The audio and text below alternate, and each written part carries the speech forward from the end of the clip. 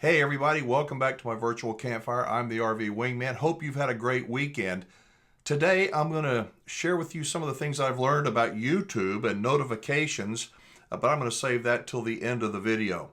I'm going to read some comments and respond to them, and some of you may not like what I have to say, but I want to start out with saying or asking, how are you going to make your turkey on Thursday? We bought ours, and have you ever had a fried turkey, a deep fried turkey? Well, I had my first one maybe 20 years ago and almost never baked one since. But then just a few years back when I owned my campground, a friend of mine said, you need one of these oil-free. Yeah, the problem with frying a turkey is all that oil. It's expensive, and what do you do with it when you're done with it? You got to find some place to dump it. But they make an oil-free fryer that I think is absolutely fantastic. How will you be preparing your turkey? I'd like to know. Mine with an oil-free fryer, and I inject the heck out of it with that, it's called Creole butter. I squeeze that whole thing, Creole butter, into that big old fat plump bird. All right, so now let me go over some comments. This is to the video, I just did it this past week, called California's War on Motorhomes. And a lot of people responded. This was where I did an interview with my friend Ron Burge, who is the RV Lemon lawyer. Ron kind of gave us from a lawyer's perspective what's going on.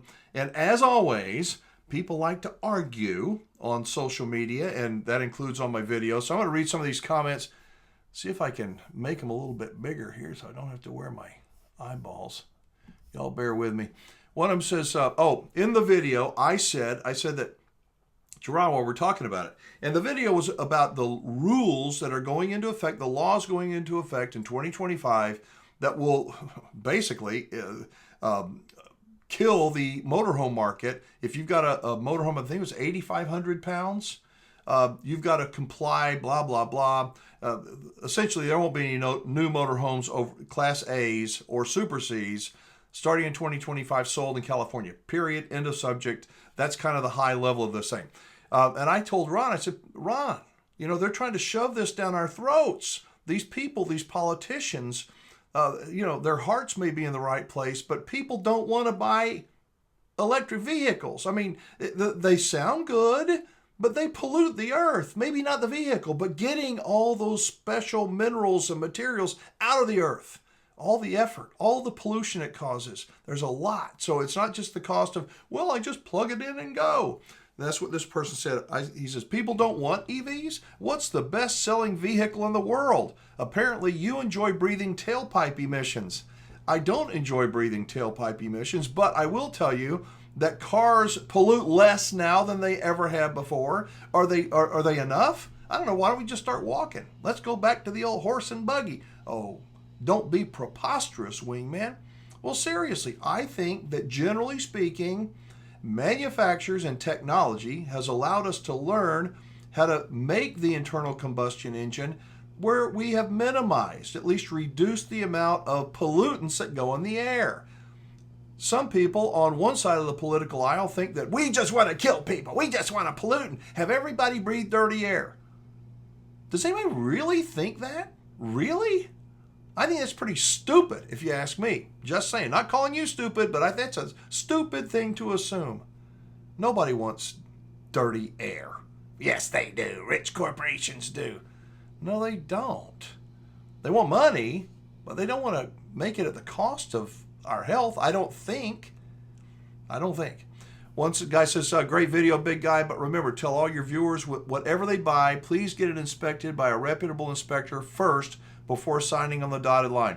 A third-party independent inspection, I've talked about a lot over the last several years, is a great idea. If you have any questions about the RV that you're going to buy, new or used, if you have any questions at all, take somebody that knows more about it than you do to the dealership, or pay the money for somebody that's qualified to do an independent third-party inspection. Just do it. This says, not one steam engine car company survived the ICE revolution. Suck it up, Buttercup. Okay, let's diagnose this one. Dissect it. Not one steam engine car company survived the internal combustion engine revolution. Well, do you know why? because the internal combustion engine, people wanted it. It's stronger. It's better for consumers. That's why we had to do it. We didn't have to do it. We wanted to do it. Nobody wanted the steam stuff. If somebody made an EV, let me think about this. All you people that love EVs, I got nothing against them. I mean, if you want to get one and you don't want to drive very far and it fits into your lifestyle and you see the big picture, you do it. But don't shove it down our throats. We saw what happened when people tried to shove the woke stuff down our throats with the political election, the presidential election, didn't we? Blech. People threw up. They are tired of having stuff shoved down our throats. Mandates, you're going to do this, you're going to get that shot, you're going to do all these things. People are tired of it. Sorry. If we want to buy the internal combustion engine, we will buy it. If we want to buy an EV, we will buy it.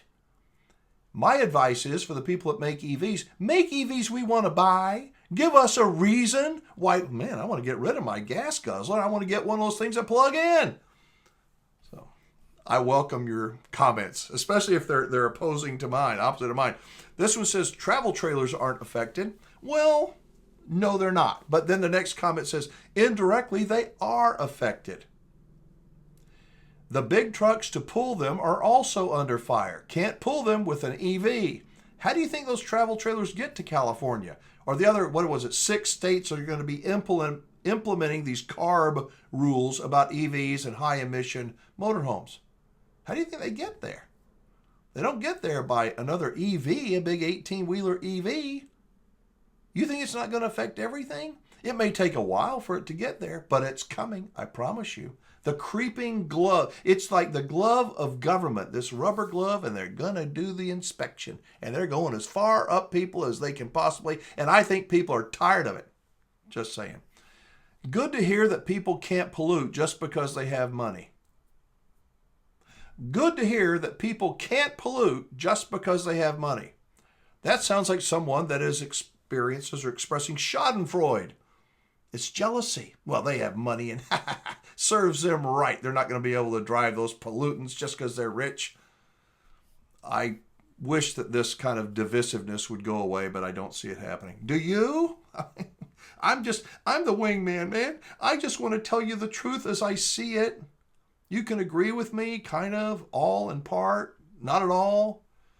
But I'm not going to lie to you. I'm going to lay it out there. And if you can sort of see some of the things I'm suggesting and saying, I suggest we all try to work towards the middle if we can until we throw up. And we've had so much government overreach that we've thrown up. And that's what's going to happen in January.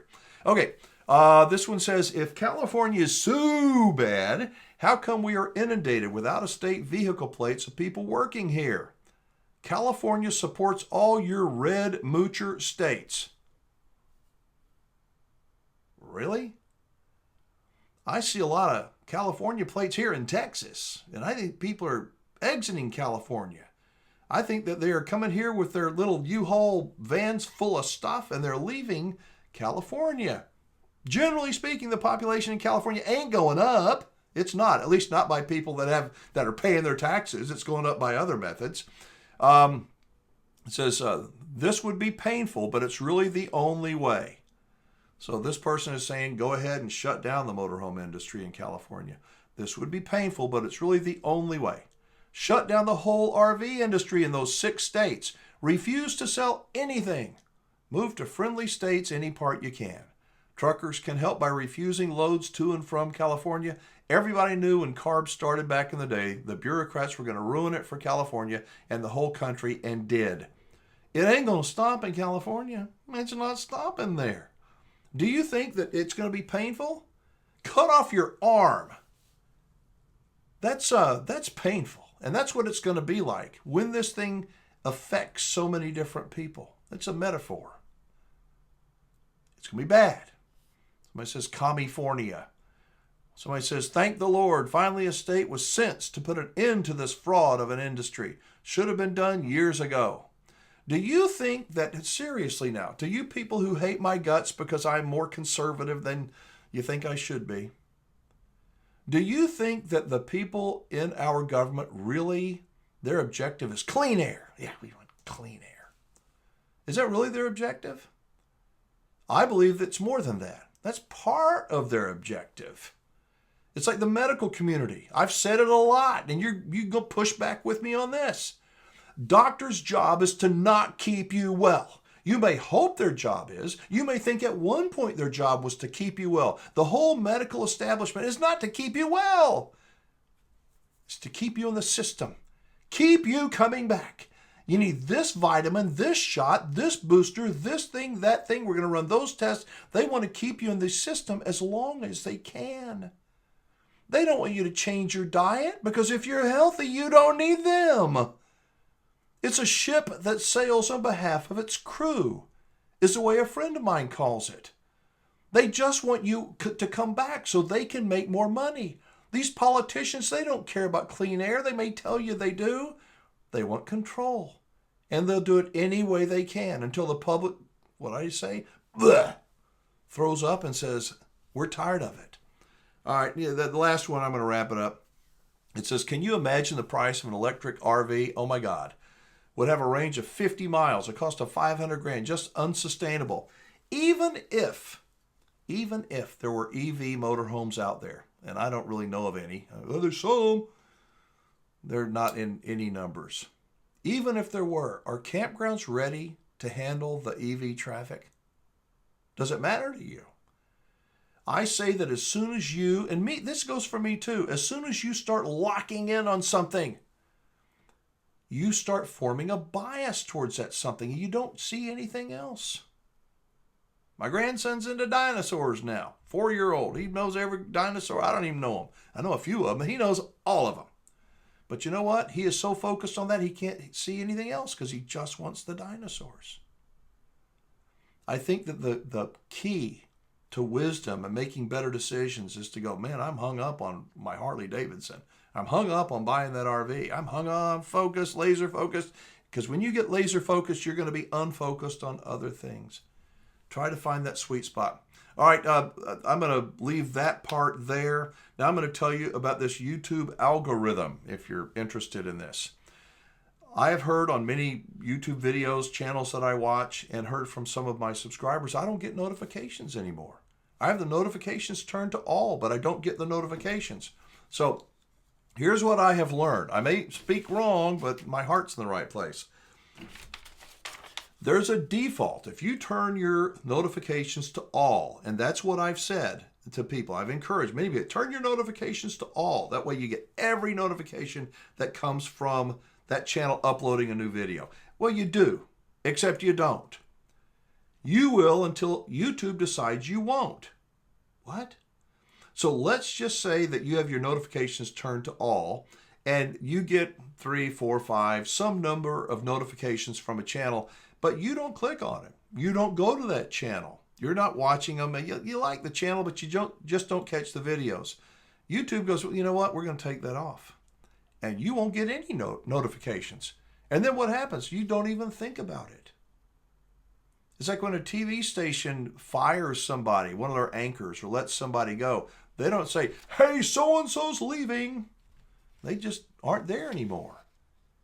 And 6 months later, you go, whatever happened to so-and-so? That's kind of the same thing. These notifications, YouTube makes their own rules. The default is based on your watch history.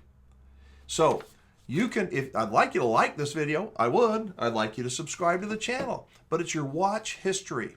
If you watch this channel regularly, you will get regular notifications, I think, whether you have the notifications turned to all or not. So hopefully that kind of gives you a little bit of the fuzzy, blurry picture that's YouTube. Trying to figure out this algorithm, it's impossible. No, it's not. Yes, it is. I've equated it to trying to make my swimming pool perfect. I take a bottle of water to the swimming pool chemical company, and then they test it. And 100 is the best score you can get. I've never, ever had 100. I work really hard. If I get an 80 on my swimming pool water, I'm doing pretty good. It's always changing. The sun, the elements, in the wind, the pollen that goes in the pool, it changes the chemistry. Everything changes. So, going back to the turkey thing, how are you going to make your turkey this Thursday? I want to hear from you. Thank you for commenting. You can comment, click down here and go down in the description and find out all my contact information. I'd love to hear from you on this and all my videos. Make sure you turn your notifications to all, though, and watch your watch history. I'm Alan Warren, the RV Wingman. Thank you so much for watching. Y'all get ready for a great Thanksgiving. I'll see you again very soon. Bye-bye.